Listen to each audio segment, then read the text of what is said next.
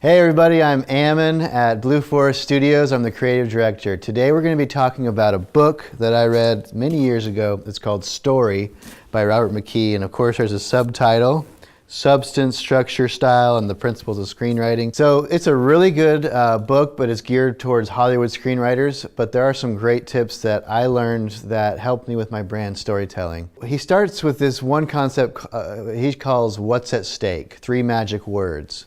And he says the hallmark of a bad script, if we think about a really bad movie you've seen, is really too much exposition. In other words, an inexperienced writer will feel like they need to tell you about their character. They've dreamed up this amazing character, and so they want to tell you the color of their hair and what car they drive. And they don't really tell a story, so they'll spend all this time on exposition. And when you do that, there's no suspense, there's no interest, and there's really no connection to the audience. They're not going to root for the character because they know the color of their hair or how much cream they put in their coffee. So how do we overcome that? As storytellers, what you want to do is ask yourself, what's at stake? So to demonstrate this concept, let me use Brian as an object lesson. So imagine that me and Brian are best friends, but things are not good. We've gotten in an argument. I can see he's wearing a Duke shirt, which really makes me mad. He's always ragging on UNC. So we're in an argument, okay? So here's the scene. We've got a camera, we've got the lights.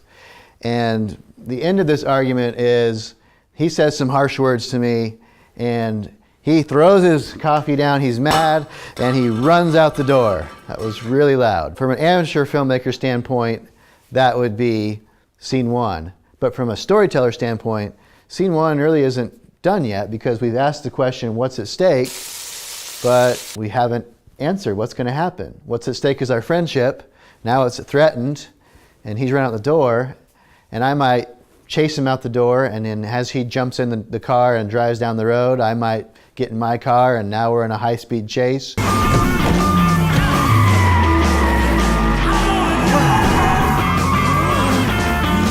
So maybe to resolve this scene and this question, I get him to pull over on the side of the road, and we, have a heart-to-heart, and we find out what the deeper issue was, why the argument started. It wasn't really about Duke and UNC. It was something, silly, like I didn't like the way he combed his hair to the left, and he agreed to make changes.